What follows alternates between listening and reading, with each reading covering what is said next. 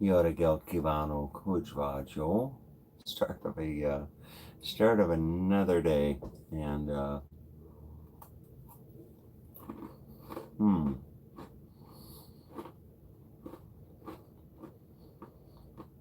that's good. I am in Iowa City, Iowa City, Iowa, and I was curious to see how far I traveled from Du Bois. I left Du Bois Ring Lake Monday morning, and here it is Wednesday morning. So in 2 days, I put 1,086 miles under my wheels. 1,086. And I am just shy of 12 hours of my destination of Pennsylvania, the factory where they made this made this camper. And interesting how things work out. Yesterday, I put a call into the factory. I couldn't get the headquarters office on the line, so I thought I'd call the factory. And I left a message, and some guy named Bob called me back. Nice enough guy. And I told him, I said, listen, I said, I'm wondering if we could work together. I was using these key words, like let's work together. I didn't call and say, this is what I want to do. I said, Bob, do you think we could work together on solving a problem? And and he said, what do you got?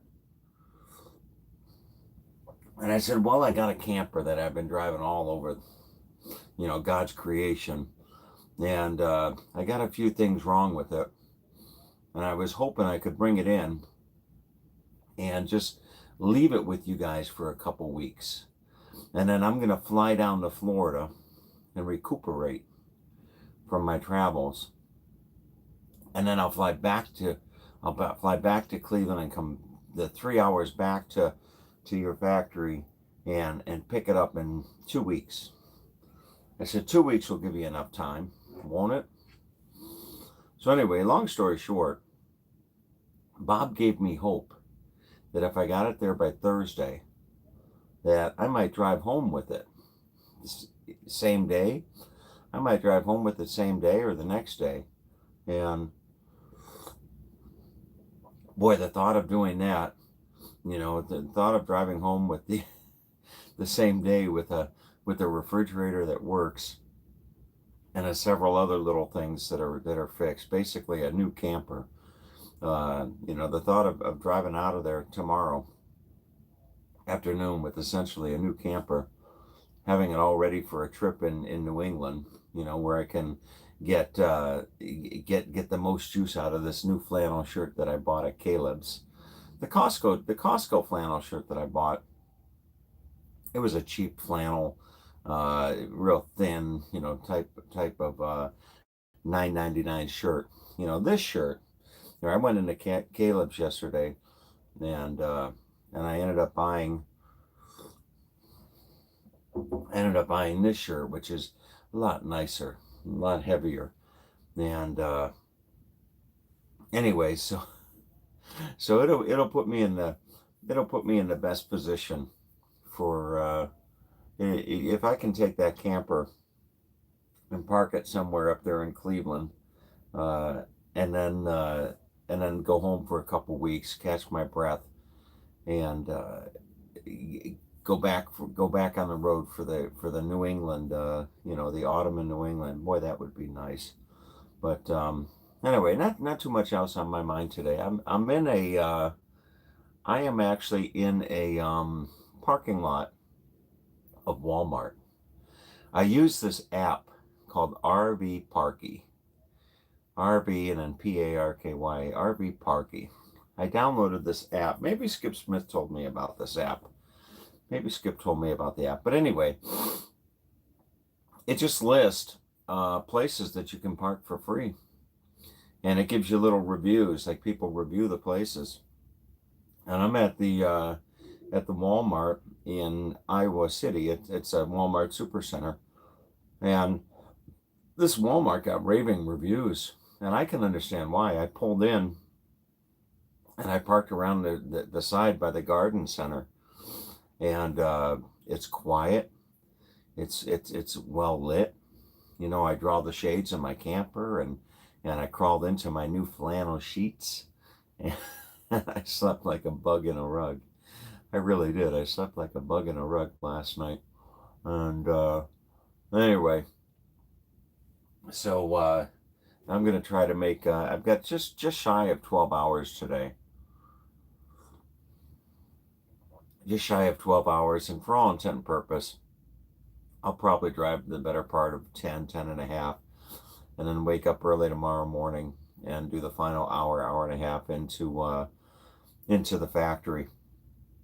And I'll probably stop in Youngstown. There's this guy there. His name is Ron Redlich, and Redlich, Ron Redlich. And Ron is a client of mine, been a client of mine for years. Ron is a guy who has been nursing his mother for the last 5 years or something. He's been nursing his mom for 5 years, and Ron is well, to say that Ron is well off would be a huge understatement. Ron moved back from California. He was living out in California, and Ron moved back from California. I think La Jolla by San Diego, and that gives you any clue. But Ron moved back to take care of his mom, and he's been nursing his mom now for the better part of 5 years. And he's such an inspiration because boy, the care that he gives his mom is really something else. I've never seen anything like it in all my years. But Ron always likes to have dinner or lunch or something when I come through town, and I often tell him, I say, Ronnie, I love you to death. I love you to death, Ronnie. And but anyway, Ron is the guy that lets me store my camper in his warehouse or whatever you want to call it. I don't know. It's like I don't know how many square thousand feet he's got, but Ron is the guy that lets me store my camper, and for all intent and purpose this year, my truck in his warehouse there in Youngstown. But anyway, you know what? I got a call yesterday from a family member telling me that yesterday, the family member said tomorrow, which is today. Dad, Dad passed away 2 years ago today. 2 years ago today. Hmm. My dad passed away. And, you know, to be quite honest with you, I wouldn't have even known. I wouldn't have remembered. I didn't mark my calendar. You know, I don't have a reminder set up. I didn't make note of the date when my dad passed away. So I knew he passed away in August. And I'm sure as the years go by, you know, 2 years, 5 years, 10 years, 15 years, I'll probably lose track of the years as well. But regardless, I've been thinking about my dad over the last over the last several hundred miles, and a lot of good memories. You know, my dad, what a man. You know, what a gentle soul my dad was. And boy, to to be half, to be half the man that he was would be really saying something. But as I drove along yesterday, I found myself thinking back to something my dad, I would call my dad from different places in the world, And I don't know that my dad lived vicariously through me, but but he certainly appreciated.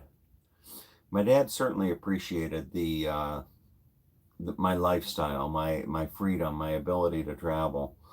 He really embraced that and appreciated that. And I can remember whenever I would call him. In fact, I think I have a video of him doing this.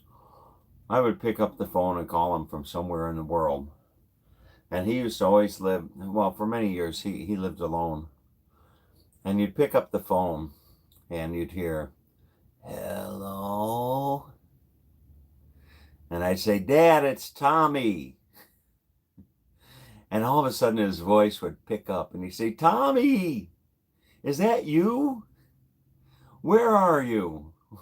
Where are you now? You know, Budapest? Oh, that's wonderful. How long are you in Budapest? You know, but I had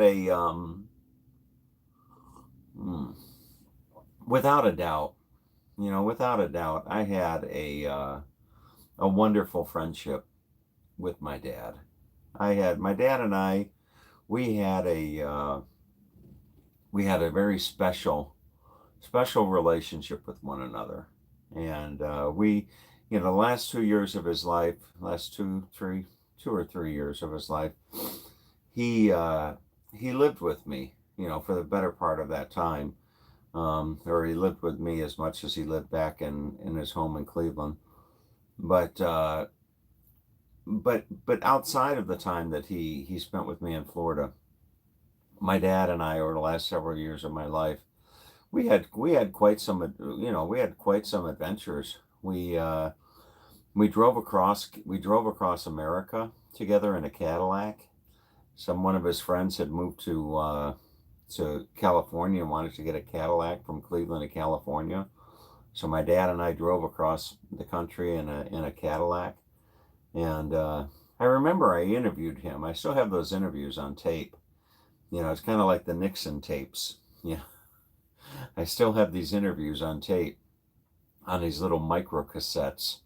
All driving across America with him. And hmm, maybe someday I'll release the tapes. I don't know. But so many other memories. Going to Vegas together. Going to Las Vegas with him, and going to Mexico. We went to Mexico together.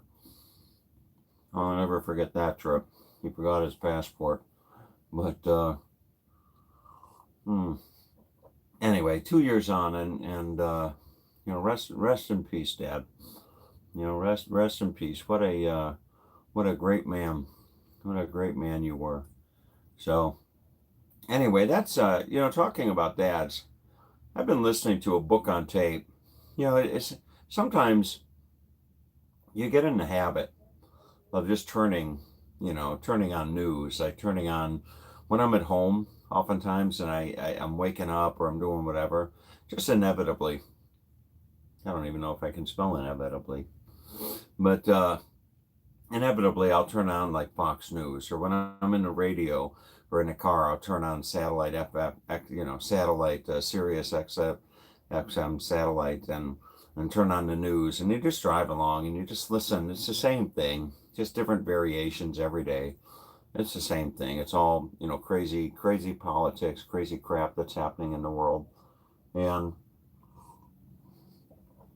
somewhere between Du Bois and Cheyenne yesterday, I decided to flip over to my Audible account, and I had a book that somebody had recommended called Rich Dad Poor Dad. I'm sure probably a lot of you have heard of Rich Dad Poor Dad, but I had never really listened to it or read it. And I got to tell you, it's it's really fascinating listening to Rich Dad Poor Dad. And for those of you who don't know, it's a story of a very successful man, very very successful man, and he grew up in Hawaii, and he had his dad was a poor dad. his dad was the educator, you know, and didn't have a lot of money, and his best friend's dad, which did have a lot of money. And it's kind of like the lessons that he learned growing up between between his rich dad and his poor dad, as he called them, and really a fascinating read. And it really makes me think, you know, as you read this, as I listen to this book, boy, it's really really making me think about my own situation, and you know, what to do at this point in time in my life with you know, with my, you know, investments and all that kind of stuff. But if you haven't read it, you know, if you haven't read the book or listened to it, Rich Dad Poor Dad, I would really recommend it. I'm on his second book now, which is something about the quadrant of people. People fall into one of four quadrants. That's the E quadrant, which are the employed. You know, the acronym or job. He says the word job, for many of you commuting into work today, a lot of people fall into the E category, which is they have a job, and job stands for just over broke, just over broke. Yeah. So you have the E quadrant, and then you have the S quadrant, which is the self-employed quadrant, and that's where I fall in the self-employed quadrant. Then you have the B quadrant, which is the business. If you own a business of 500 people or more, you're in the B quadrant. And then you have the I quadrant, investors. You know, you have investors. So it's just kind of an interesting story. So it helps the miles go by. Anyway, speaking of miles, I'm gonna get on the road. I've got the better part of 10 or 11 miles, or 10 or 11 hours. I wish I had 10 or 11 miles. Better part of 10 or 11 hours today.